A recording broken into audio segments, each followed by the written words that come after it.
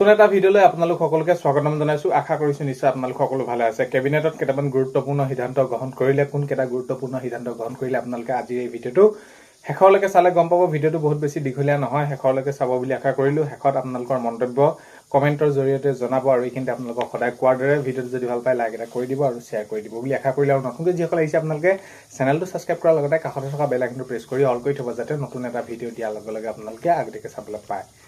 তাৰপৰা প্ৰথমটো খবৰ যদি আমি চাওঁ তেনেহ'লে আধাৰ কাৰ্ডক লৈ পিনি মাননীয় মুখ্যমন্ত্ৰী মহোদয়ে জনাইছে আৰু এইখিনি যি কেবিনেটৰ সিদ্ধান্ত গ্ৰহণ কৰা হ'ল সেইখিনি ক্ষেত্ৰত সকলো সবিশেষ জনাই দিছে। মই বাৰু স্ক্ৰীণত লগাই দিম, সকলোখিনি আপোনালোকে চাব, স্ক্ৰীণত পঢ়ি থাকিব। মই আমাৰ ডিটেইলছত আপোনালোকে বহুতখিনি ক'বলৈ গ'লে ভিডিঅ'টো বহুত বেছি দীঘলীয়া হৈ যায়। প্ৰথমটো খবৰ যদি চাওঁ তেনেহ'লে এতিয়া আধাৰ কাৰ্ডক লৈ 18 বছৰৰ ওপৰৰ কোনো লোকক অসমত নাপাব আধাৰ কাৰ্ড। তো মাননীয় মুখ্যমন্ত্ৰী মহোদয়ে জনাইছে এতিয়া যি 18 বছৰ ওপৰতকৈ যিসকল আছিলে লোক তেওঁলোককতো অলৰেডি এইখিনি আধাৰ কাৰ্ড দিয়া হ'ল বুলিয়ে কৈছে। আৰু যদি কিবা কাৰণত কোনোবাই আধাৰ কাৰ্ড থাকি গ'ল বা তেওঁলোকে উলিওৱা নাই, যদি উলিয়াবলৈ হয় তেনেহ'লে আয়ুক্ত মহোদয়ক জনাব লাগিব।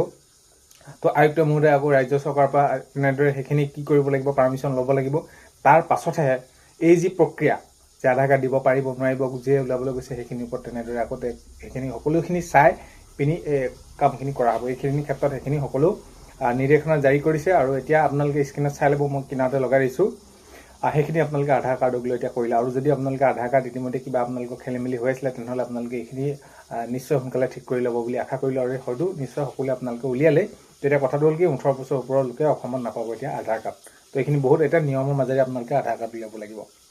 নেক্সটটো খবৰ যদি চাওঁ, 1 জুলাইৰ পৰা অসমত আনুষ্ঠানিকভাৱে ৰূপায়ণ কৰা হ'ব VB আৰু RANG আঁচনি। তো এইখিনি কি হ'ব, এই আঁচনিৰ জৰিয়তে পঞ্চায়তক প্ৰায় লাখ লাখ টকা দিবলৈ গৈ আছে।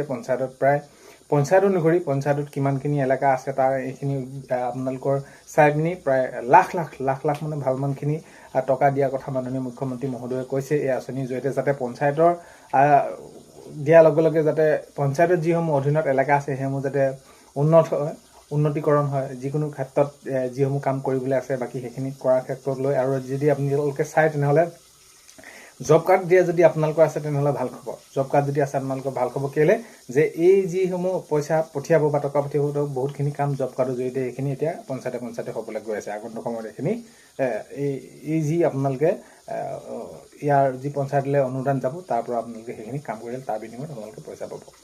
নেক্সট খবৰ যদি চাওঁ, নগৰ উন্নয়নৰ দিশত নতুন গতি, ছেটেলাইট চিটি পৰিকল্পনা। এই সন্দৰ্ভত আপোনালোকক মই ছাইডত স্ক্ৰীণত লগাই দিছোঁ বুলি কৈছোঁ, আপোনালোকে চাই ল'ব ইয়াৰ সবিশেষ সেই সকলোখিনি কথা। তো এই সন্দৰ্ভতো তেওঁলোকে আজি কেবিনেটত সিদ্ধান্ত গ্ৰহণ কৰিছে। তেতিয়া তাৰ উপৰিও কেবিনেট সিদ্ধান্ত গ্ৰহণ কৰা শেষৰ পাছত এটা কেইটামান গুৰুত্বপূৰ্ণ, যেনে ধৰক আঁচনিসমূহৰ ক্ষেত্ৰত এতিয়া কি হৈছে, মাননীয় মুখ্যমন্ত্ৰী মহোদয়ে স্পষ্টকৈ কৈছে, বিশেষকৈ অৰুণোদয় আঁচনিৰ ক্ষেত্ৰত আৰু বাকী যিসমূহ আঁচনি আছে যে আগষ্টৰ পৰাই, যিহেতু জুলাই 6 তাৰিখৰ পৰা 21 দিনীয়াকৈ সেইখিনি কি হ'ব, বিধানসভা বাজেট অধিৱেশন হ'ব 2026-27 বৰ্ষৰ বাবে। আৰু এতিয়া আগষ্টৰ পৰা কি কৰিব, এই যি জনকল্যাণমূলক আঁচনিবোৰ যিসমূহ আছে সকলোৱে সেইখিনি আৰম্ভ হ'ব আৰু টকা আগৰ দৰে পাই থাকিব বুলি মাননীয় মুখ্যমন্ত্ৰী মহোদয়ে জনাইছে। তো এইখিনি আছিলে কেবিনেটত সিদ্ধান্ত গ্ৰহণ কৰিলে আজি ভিডিঅ'টো আপোনালোকে শেষলৈকে চোৱাৰ বাবে বহুতেই বেছি ধন্যবাদ। ভিডিঅ' আপোনালোকক প্ৰথমতে কোৱাৰ দৰে নতুনকৈ চেনেলটোলৈ যিসকল আহিছে ছাবস্ক্ৰাইব কৰাৰ লগতে কাষত থকা বেল আইকনটো প্ৰেছ কৰি অল কৰি থ'ব, যাতে নতুন এটা ভিডিঅ' দিয়াৰ লগে লগে আপোনালোকে আগতীয়াকৈ চাবলৈ পায়। আজিলৈ মানে অন্য এটা ভিডিঅ'টো লগ পোৱাৰ কাৰণে বাই।